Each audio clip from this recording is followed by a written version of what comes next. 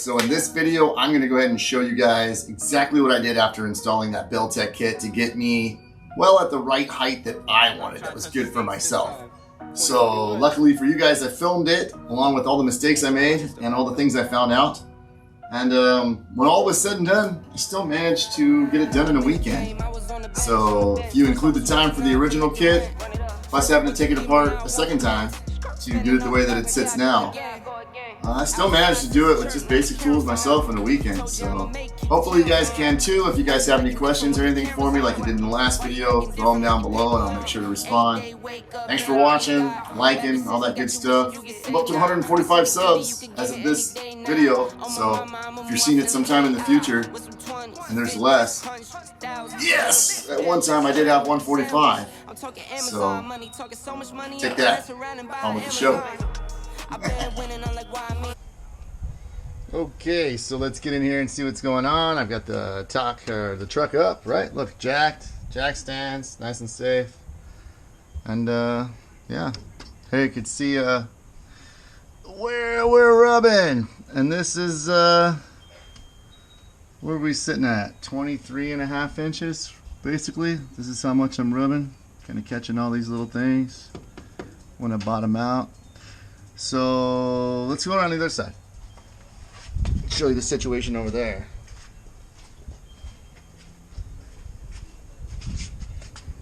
On this side, pretty much the same thing. That guy right there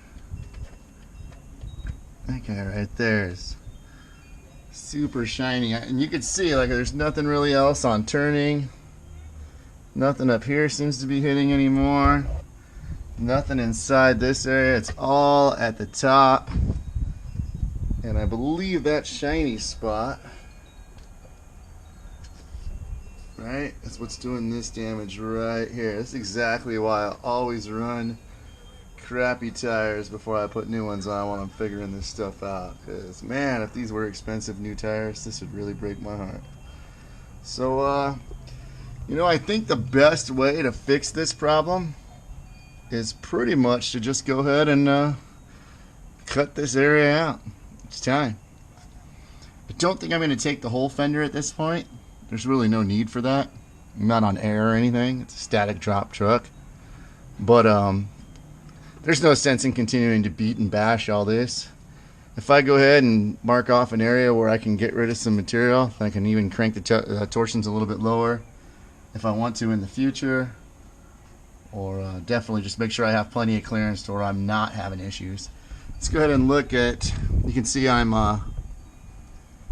not running bump stops, and nothing really seems to be going on down there in this area. Although it's so oily, who knows. Now before we get cutting, it's important to remember what's on the top side of things. So on this side, this is all our electrical. And well, there's really not much going on with it these days anyway, so we're just gonna actually do this a favor and get it mounted a little bit more securely, because that's kind of whack. And then on this side, got some ignition stuff to worry about. This is the bulk of where things are hitting. We've got a few things here that need to be moved, this coil pack and stuff, so we're gonna find a new home for this and get down to business. Alright, so kind of a quick update of where we're at. Went ahead and unbolted this guy, right? Got it out the way, so there's the coil out the way. Just moved some wiring up out of the way for the time being. Pulled some plastic tabs that were left in here, and this is roughly the area we're looking at removing. Minimum, right? More than that, I don't know that it's necessary at this point, but we get rid of this. We're definitely gonna take good care of whatever tires we put on here. And again, this is running the current tire setup I have, which is 225, 35 R19s, I believe. So yeah, so this will work for that area, and then I'll probably just relocate this guy somewhere else when we're done. So yeah, we'll do that side, and then we'll move over here and get to this side. And oh yeah, unhook your battery. Do that. All right, so this is where we're at. I ended up finding it real easy to cut from the bottom and just doing a simple square. So I filed it afterwards. I just used a 4.5-inch cutoff wheel on a grinder and didn't really use much else other than a hand file, and grabbed a Dremel with a sanding disc and went through on a sanding drum and just kind of cleaned it all up. I might give it a little bit more attention, hit it with some Rust-Oleum, and run a quick edge on there. That's probably about it. I'm going to go ahead and start relocating that coil pack and hooking the wires back up. Went ahead and moved the coil over to this area.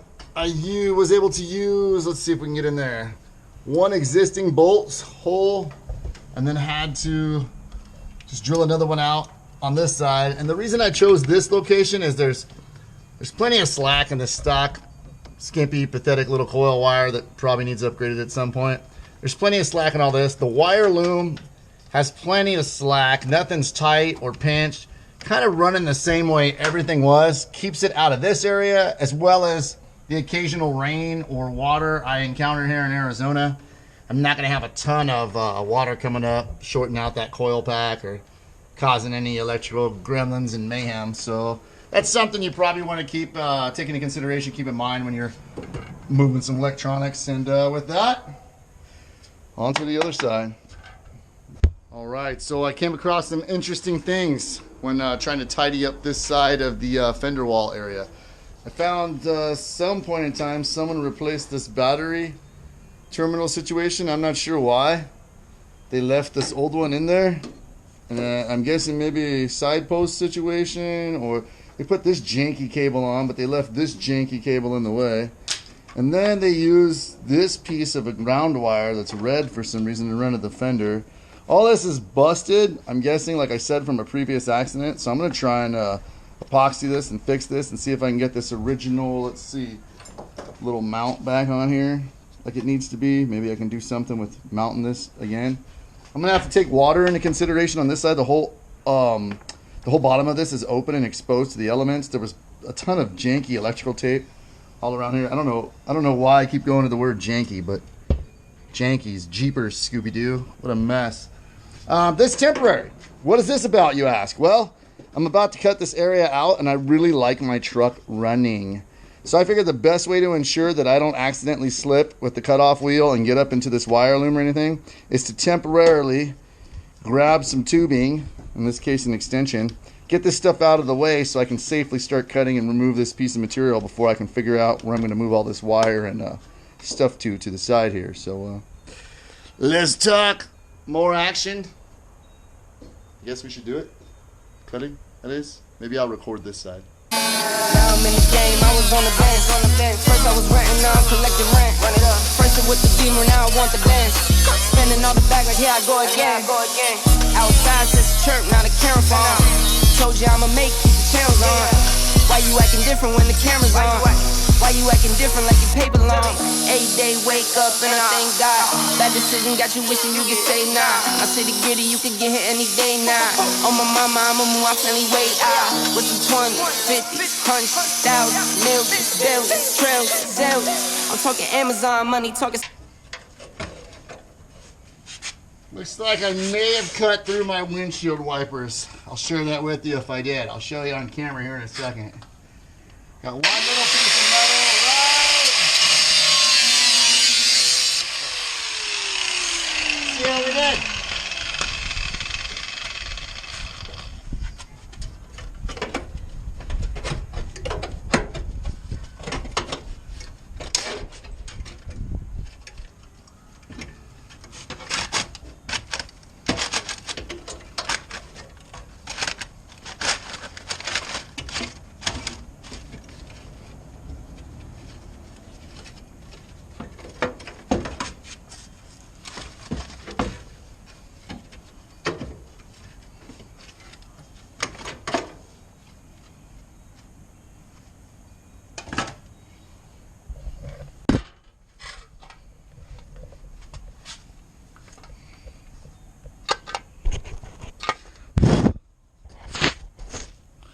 Alright, so that looks pretty good.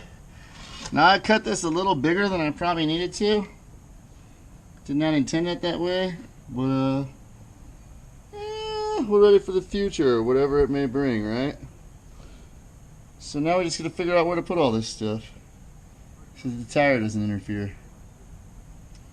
Alright, so yeah, there's air up there. We should have hopefully fixed the problem of the tire rubbing. And from down here you can see how I was able to move this main wire loom. Kind of zip tied up and away. I just used the, I think this is something to do with the air conditioning or something, or smog. Some kind of vacuum canister. I don't know what it is. I'm not a car guy. I just ruin cars. So don't hold me to that. But was able to, this is securely mounted. So I was able to go ahead and just, with some help with some zip ties, pull this guy over here. And same thing here. The whole bottom of this is open and exposed. And this guy was broke, like I said, from like old age in a previous accident, I believe. So I went ahead and just turned it the other direction to keep the water from going right into the bottom of it. I took my air compressor, kind of blew all the dirt and gunk out of there while we had access to it. And then if you come up top, you can see like that's a lot better than where she was even sitting. Sometime in the future, we're going to have to adjust this or address this hold down situation. It looks like they put a smaller battery in here than what it was originally intended for, and it doesn't quite do the job. Matter of fact, look, that's loose. We're going to have to fix that now. But hopefully this keeps everything away from the tires, and we're good for a little while, right? So we have to come up with a better solution. All right. So it may look like there's a lot of room going on in here. You can see where we were rubbing and tearing up this this tire. But you can see as the suspension cycles, it actually moves quite a bit. You can see where all the contact was coming from. Now we've got plenty of room for the future, whatever we want to do. And keep in mind, again, these are 19-inch tires, so did I need to do this right now? Probably not. I probably could have kept bashing and massaging, but you know, down the road, who knows? I have a feeling you guys will be watching me bag this truck before the end of the year, so might as well start moving things. Also take note of the camber on this truck, or the lack of negative camber, as I posted that picture in the last one. I'll go ahead and probably throw it up again here, but you can see I've already had this truck aligned and she's sitting good. So we're probably gonna go ahead and shake her down for like another, you know, week's worth of driving. I'll use her as my daily driver and see what kind of problems show up and show their head and address them as they come. But for now, I'm not gonna do any more adjustments to the torsions or anything. We're just gonna let her be like this for a bit and see how she does.